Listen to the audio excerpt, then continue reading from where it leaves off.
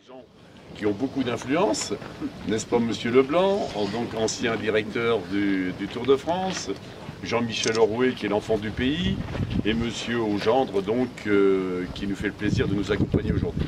Alors, c'est pas par hasard, puisque ces trois personnes sont nées dans le bocage ou à Bressuire. Hein, Jean-Michel, donc ses parents étaient bien connus, d'ailleurs son père était adjoint à Bressuire. Monsieur Augendre et son papa étaient bouchers place Émile Zola. Et vous-même, je crois que vous êtes né à Noailles-les-Aubiers, hein, pendant en 44 exactement. Hein.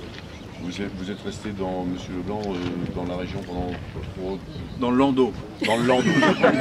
Les souvenirs sont lointains, mais je crois que vous avez gardé des liens... Ma marraine. Et votre marraine est... Que je viens d'aller visiter, est toujours là. Donc monsieur, j'ai pas terminé, Monsieur Clouet, donc, qui est maintenant vice-président du cyclisme professionnel, si j'ai bien compris. Secrétaire général. Secrétaire général. Et qui est aussi le patron du Tour Poitou-Charentes. Et puis vous-même, Monsieur Gabard, donc, qui est le président du club et président du district, enfin du comité départemental.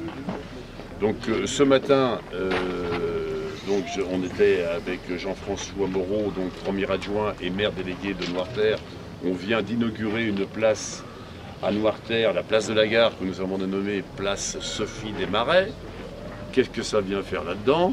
Eh ben, c'est que Sophie Desmarais a vécu à Noirterre et s'est mariée à Noirterre. Donc, comme je disais tout à l'heure, on profite effectivement de la dénomination d'un certain nombre d'espaces de la ville de Bressuire pour rappeler l'histoire. Et c'est dans ce cadre-là donc que nous allons dénommer ce vélodrome Jacques Augendre. Alors, une petite technique quand même. Ce vélodrome, on l'a ouvert l'année dernière, 2014. Hein. Oui. Les travaux, alors il y avait une piste qui avait été créée en 82. Le créateur, je crois qu'il est là, Serge Gautreau. Hein. Cette piste, c'était, à l'époque, il s'était créé de la même façon que j'avais créé moi-même le centre départemental de tennis. C'est-à-dire qu'en fait, on avait demandé à la ville d'investir. Et on remboursait la ville d'une valeur des annuités d'emprunt qui était, et l'argent récolté venait des sponsors. On avait fait ça avec le centre départemental de tennis et vous aviez refait ça avec le vélodrome. Et puis le temps faisant son œuvre, le vélodrome s'était assez fortement dégradé et n'était plus utilisé depuis au moins 7-8 ans. Hein. Et donc à l'initiative de M. Gabard, on a monté un projet à la fois financier et technique, et c'est là que la technique a eu quelque chose de très particulier, c'est qu'on a trouvé une entreprise, d'ailleurs plutôt que de refaire la piste en fait, on a rénové la piste. Alors expliquez brièvement parce que c'est un peu compliqué. Oui, alors donc la rénovation de la piste, alors tout d'abord je voudrais dire que je n'ai pas été tout seul pour faire cette piste, il y a Jean-Pierre Billot qui est là aujourd'hui, qui m'a beaucoup aidé. Et puis, dans la vie, il faut avoir un peu de chance. Et on était parti au départ sur une réflexion, c'est-à-dire refaire un béton sur ce qui existait. Donc on avait des coûts extrêmement élevés, rien que pour la piste, on parlait de 300-350 000 euros. Et puis la chance, l'opportunité a fait qu'on a rencontré un chef d'entreprise bressuirais qui malheureusement est décédé l'an dernier, c'est Christophe Clochard, de Préfa Bressuirais, qui nous a dit, mais écoutez, moi je vous connais une société qui peut vous poncer le béton. Alors pourquoi pas, parce qu'on était parti sur plusieurs solutions. Et puis on a rencontré donc le patron de la société Béton qui nous a dit que lui, effectivement, il savait poncer le béton. Alors poncer une surface plane, il avait l'habitude de le faire. Poncer des virages à 40 degrés, c'était plus compliqué. Il fallait adapter, voire concevoir la machine qui pouvait le faire. Mais surtout, là où il nous a intéressés, c'est quand il nous a annoncé les prix. On divisait les prix par deux par rapport à ce qui était annoncé. De 300 000, on passait à 150 000. Donc effectivement, ça devenait intéressant. Et c'est donc devenu d'autant plus intéressant qu'on a été, Bressuire, je pense, expérimental de ce côté-là. On a été entouré par les gens de la Fédération française de cyclisme, parce que M. Moiroux et M. Schwab étaient là tous les 15 jours, 3 semaines à suivre les travaux avec nous. Je vous cache pas que quand on s'est lancé là-dedans, j'ai croisé les doigts quand même pour arriver à un résultat parce qu'on engageait des sommes importantes et c'était quand même un peu expérimental. Et puis, donc à tel point que cette semaine, on a toute une double page dans France Cyclisme sur le Vélodrome. J'ai amené le magazine ici.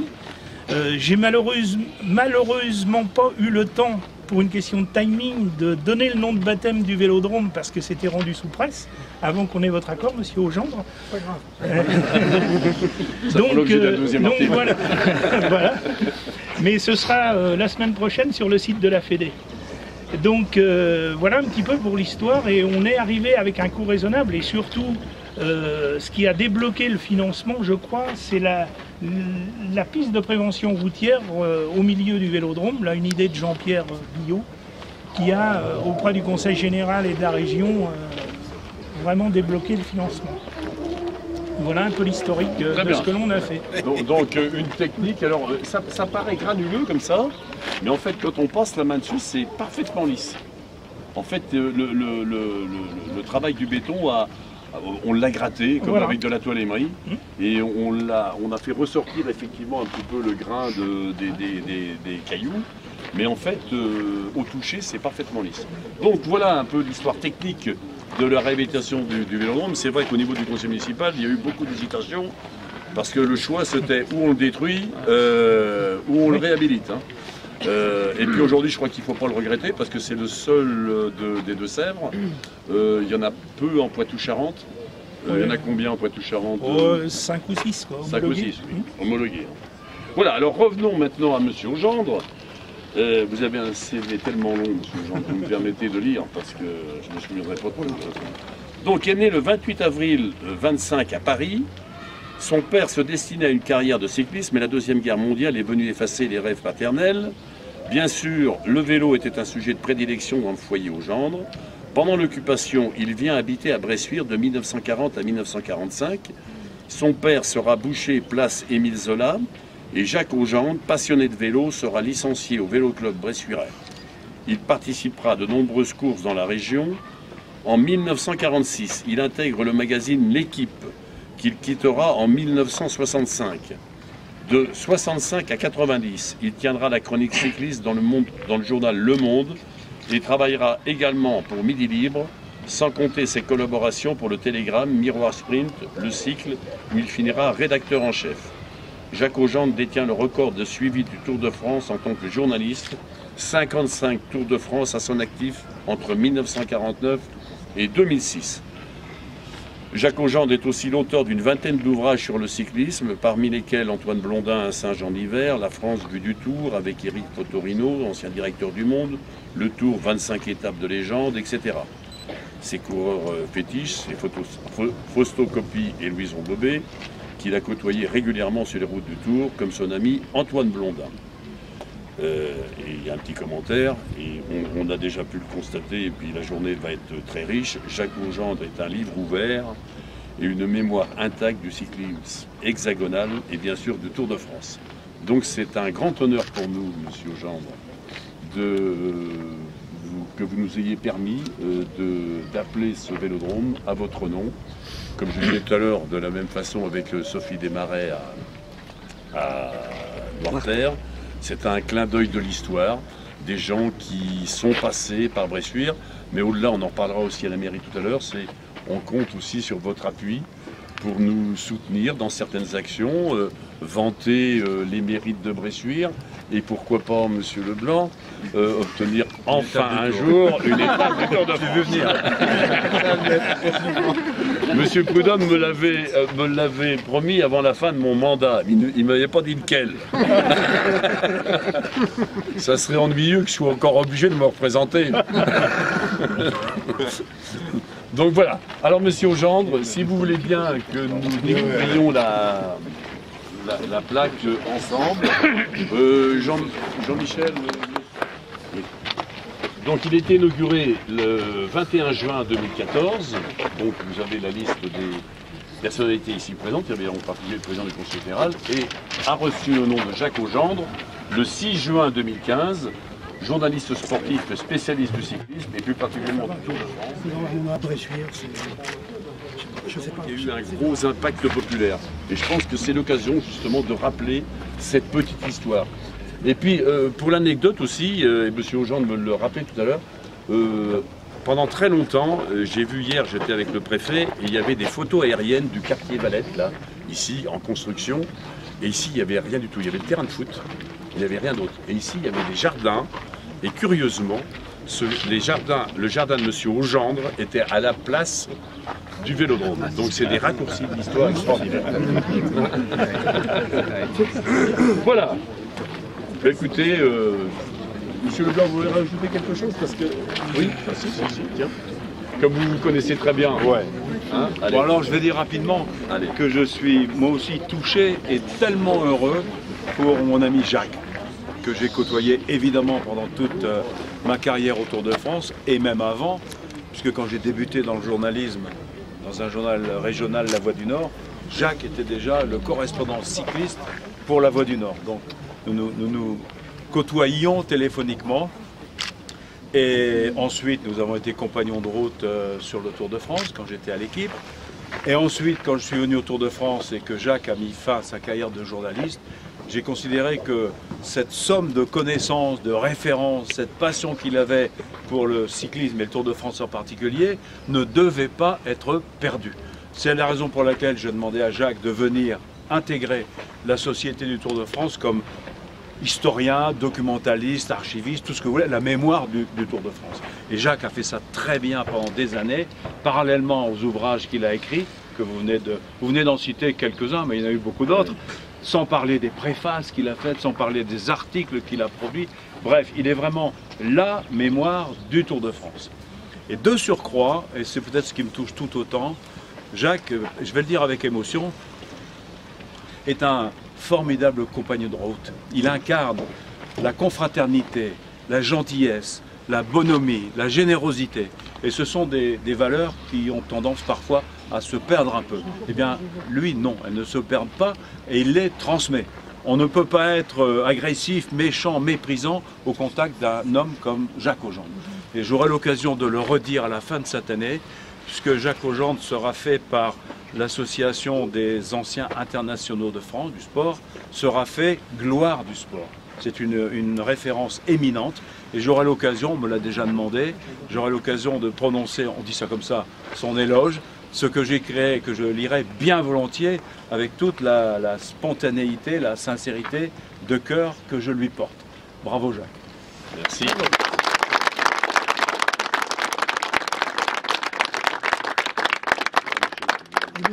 Merci Jean-Marie. Oui, non, simplement pour confirmer ce que vient de dire Jean-Marie, bon, moi je me souviens de la première fois que j'ai rencontré Jacques, c'était sur le Tour de France. Et comme ça, au cours de la conversation, il m'a dit « Mais tu viens d'où, petit ?» Bah, je dis « Je suis né à Bressuire ». Il dit « C'est pas vrai ». Donc, il m'avait raconté l'histoire de la boucherie, etc.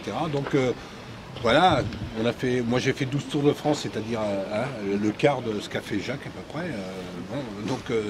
Et puis, on est resté très très proches et je voulais insister sur ce que vient de dire Jean-Marie.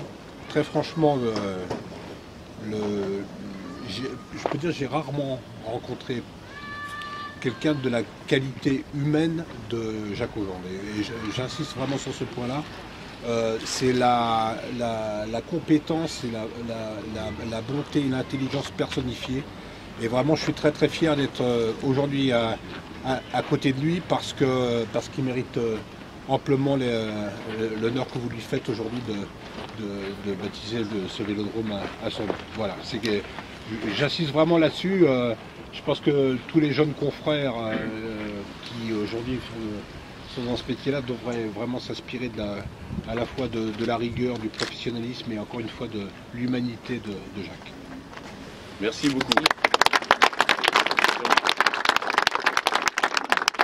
Le cœur, c'est la sensibilité, les jours merveilleux que j'ai passés avec Jean-Marie et Jean-Michel. Je vais vous dire le fond de ma pensée.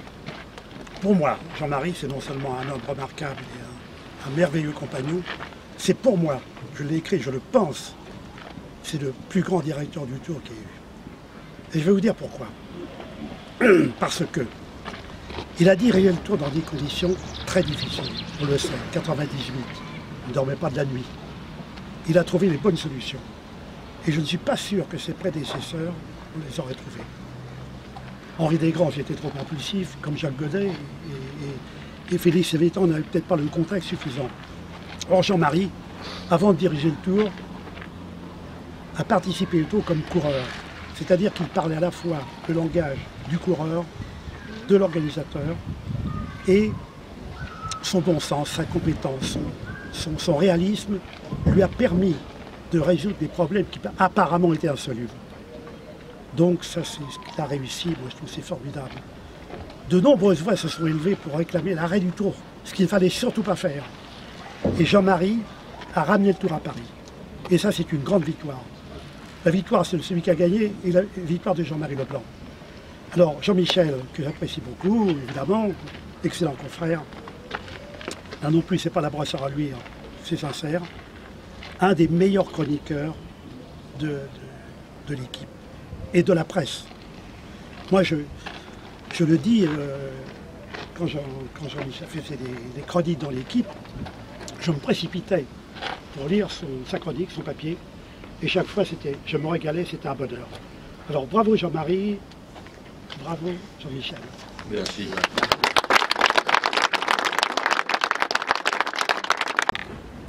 Annie n'a pas parlé vélo pendant 3 semaines.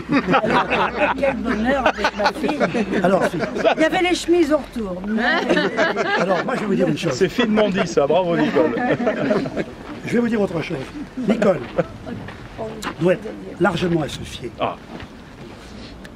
Parce que elle m'a aidé, elle m'a épaulé. Et puis, j'ai traversé une époque où j'étais freelance, comme on dit. Quand j'ai quitté l'équipe, ou plutôt quand l'équipe m'a quitté, j'ai essayé de rassembler tout ce que je pouvais faire. J'ai réussi à rebondir, mais j'étais journaliste indépendant, c'est-à-dire que je suivais les courses à voiture. Il fallait quelqu'un pour me piloter. Je présente mon pilote, Michel Mouton,